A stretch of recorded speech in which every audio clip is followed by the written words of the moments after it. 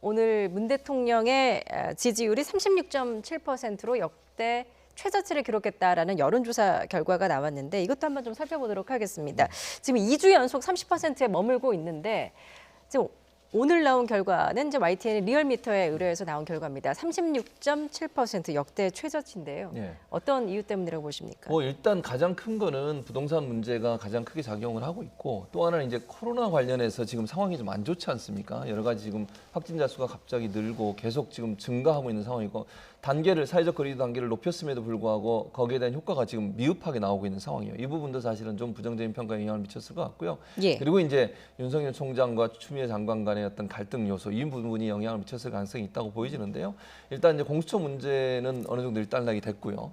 이제 윤석열 총장 징계 문제가 내일 결론이 날지 아니면 저는 뭐 또 한 번 더 할 수도 있다고 저는 보는데 예. 어쨌든 이제 변호인 측이 계속 요구를 해서 그걸 받아들이는 조건이 된다고 하면 저는 가능한 한 받아줄 가능성이 있다고 저는 보는데요, 개인적으로. 그러다 보면 또 이게 늦어지게 되면 이게 이제 영향을 미칠 가능성이 있기 때문에 그리고 또 하나는 이제 이게 코로나19가 어느 정도까지 잡히느냐 하는 문제도 중요하게 작용을 할 걸로 보여집니다. 그래서 네. 사실 문 대통령의 지지에 기반을 갖고 있었던 게 진보 지지층의 어떤 결집이었는데 이 부분에서 일정 부분 좀 공수처 문제 때문에 좀 빠져나간 부분이 있었고요. 그다음에 예. 코로나19 관련해서 K-방역의 우수성 때문에 대통령의 지지율이 어느 정도 떠받쳐주는 부분이 있었는데 이 부분이 약간 이제 흔들리고 있어서 지지율이 하락세를 보이고 있는 상황이라고 보여지고요. 중요한 건 코로나19가 어느 정도까지 잡히느냐의 문제인 것 같고요. 두 번째는 윤석열 총장의 징계가 어느 정도 마무리되고 나면 거기에 대해서 다시 한번 그 변화가 있을 가능성은 저는 있다고 봅니다. 그래서 지금은 30대 뭐 중반 정도로 이렇게 쳐져 있고 지금 36.7%로 나왔는데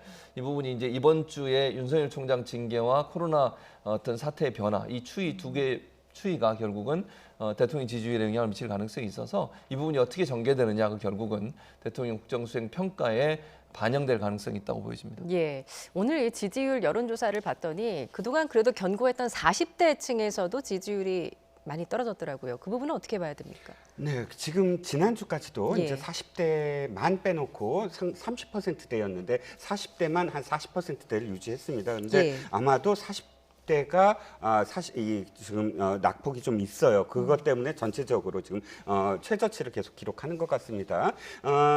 지난주와 사실 오늘의 어떤 이 여론조사 추이를 왜 지켜봤냐면 네.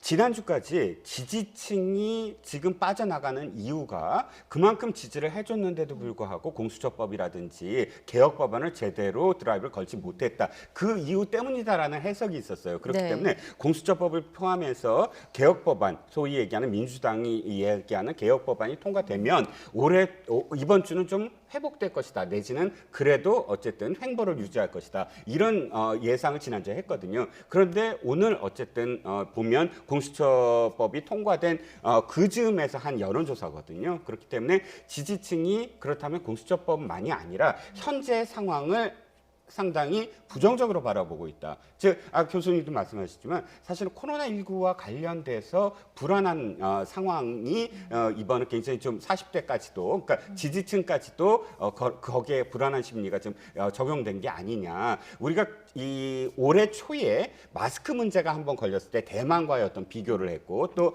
한번 이 중국을 봉쇄하느냐 안 봉쇄하느냐에 갖고 한번 충돌이 있었고 또 청와대에서 파한대소하는 사진 한 장으로 또 한번 출렁거렸고 근데 그 이후에 코로나 방역과 관련된 부분은 굉장히 정부를 지지하는 상황이었어요. 그러니까 예. 올 초에 한동안 잠시 그 지지율에 영향을 줬을 뿐 K 방역과 관련돼서는 견고하게 사실 이 대통령의 지지율에 좋게 긍정적으로 반응을 했거든요. 그런데 결정적으로 지금 문제가 되고 시작한 건 영국에서 백신을 맞기 시작했다.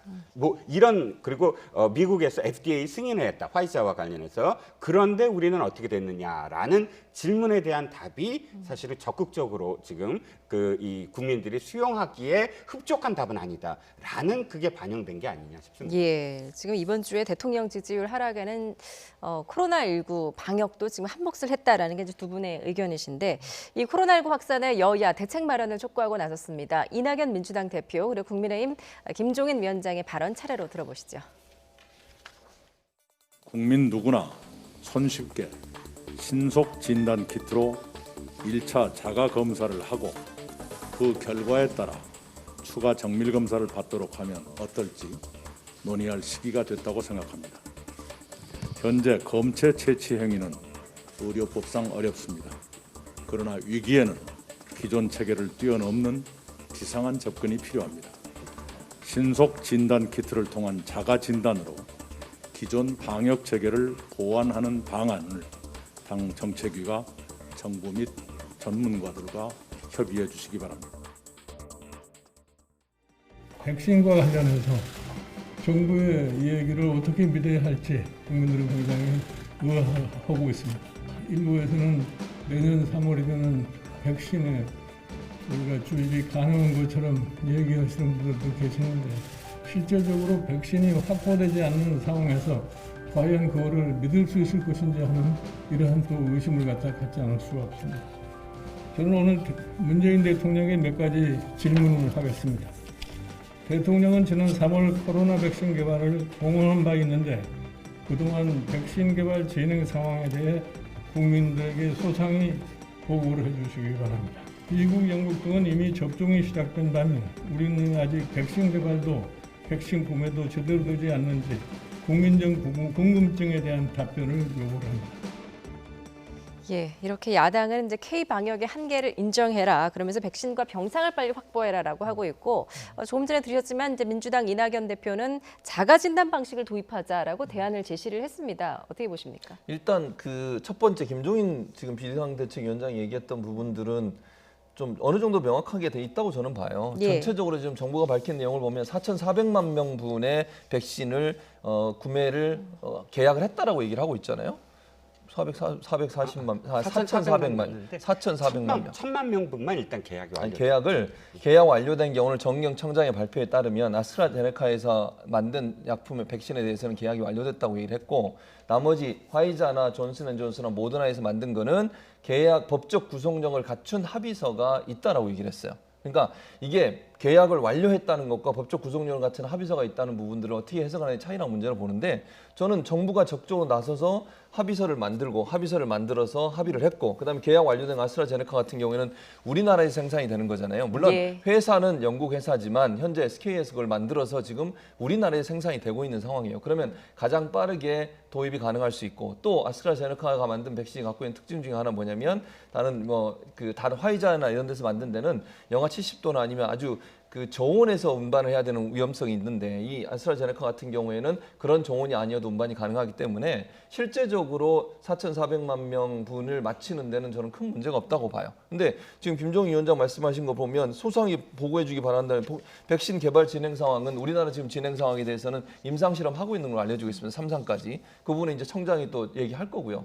그래서 이 부분이 전혀 명확하게 안 밝혀지고 있다는 부분에 저는 동의할 수 없어요. 4,400만 분을 확보하겠다고 얘기를 했고 그중에 아스트라제네카는 계약이 완료됐다고 얘기를 했고 나머지 부분도 법적 구속력이 있는 합의서를 만들었다고 얘기를 했기 때문에 거기서 명확하게 밝힌 걸로 보여지고요.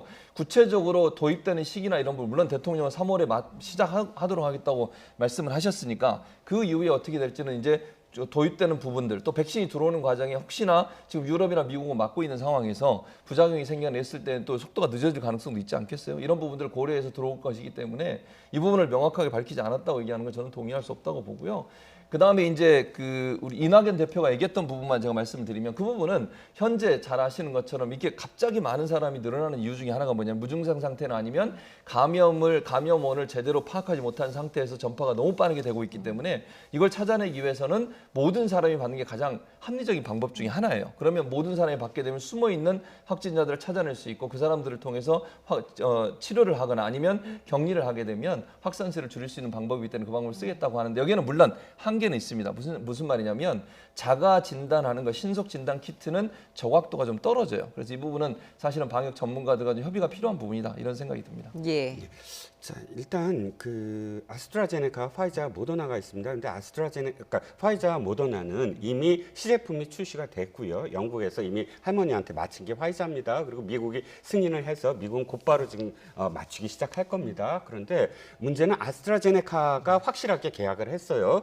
SK 바이오팜 말씀하셨지만 그 위탁 생산하는 회사에 불과하고 SK 바이오팜 생산한다고 해서 그게 다 우리께 되는 게 아니라 실질적으로는 아스트라제네카하고 우리 우리 정부가 계약을 맺어야 되는데 계약했습니다. 맞습니다. 하지만 임상 시험에 계속 실패를 하고 있어요. 최근에 70%의 뭐 그 확률이 있다고 하지만 그 70%가 도리어 접종량을 줄였는데도 불구하고 그 군에서 지금 70%가 나온 거거든요. 그렇기 때문에 지금 거기에 대해서 의문을 제시했는데 아스트라제네카가 정확하게 거기에 답변을 못 하고 있습니다. 임상 3상까지 못 갔어요. 그러면 현재는 아스트라제네카는 아직 내년 초까지도 불가능하다라는 게 지금 전문가들의 의견입니다. 그럼 파이자와 모더나가 전 세계적으로 지금 13억 회분, 예를 들어 파이자가 13억 회분인데 11억 회분은 미국과 유럽과 일본에 전부 다 지금 입도 선매로 다 돼 있어요. 우리처럼 확인서를 가진 게 아니라 계약서를 갖고 이미 다 물량을 하기로 계약이 된 거고 우리는 확인서라고 얘기합니다.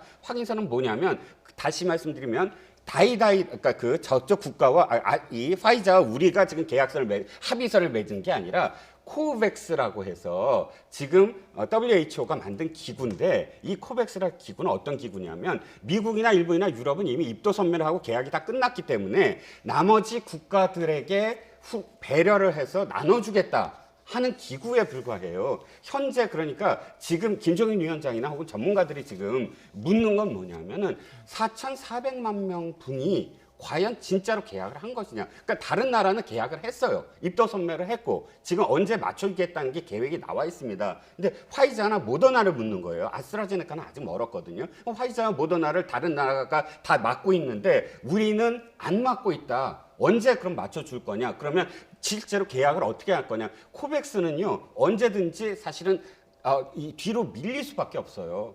그러니까 미국이나 요구하는 건 이겁니다. 그동안 뭐 했느냐는 거예요. 미국이나 일본이나 유럽처럼 계속 이 파이자나 모더나에 미리 계약을 했었어야 됐는데 그때 당시에 보건복지부의 언론 보도는 뭐냐면 이거예요. 하반기에 맞아도 된다. 그리고 부작용이 있을 거다. 이건 공식적으로 보건복지부가 한 말입니다. 그러니까 지금 비판하고 싶은 건 뭐냐면 그때 그러지 말고 미국이나 일본이나 유럽처럼 빨리 돈 갖고 해서 계약을 맺었어야지 안심을 할 게 아니냐. 왜 아스트라제네카만 믿고 그러니까 포트폴리오를 구성을 해서 했어야지 되는 게 아니냐라는 비판이죠. 포트폴리오를 갖고 한 거예요. 시간이 없어서 짧게 말씀드리면 아스트라제네카만 하는 게 아니고 화이자나 존슨앤존슨, 모더나도 계약을 개일적으로 하고 있고요. 그다음에 아까 코백스 말씀하셨는데 코백스에 무조건 밀리는 게 아니에요. 코백스에 의무적으로 화이자나 모더나가 내야 되는 돈이 있어요. 내야 되는 물량이 있어요. 왜냐하면 그 돈, 예를 들면 화이자나 모더나의 개발 비용을 코백스에서 지급을 했어요. 그러니까 그 돈만큼은 일부는 또 와야 돼요. 그러니까 거기서 통해서 우리가 받을 수도 있는 거고요.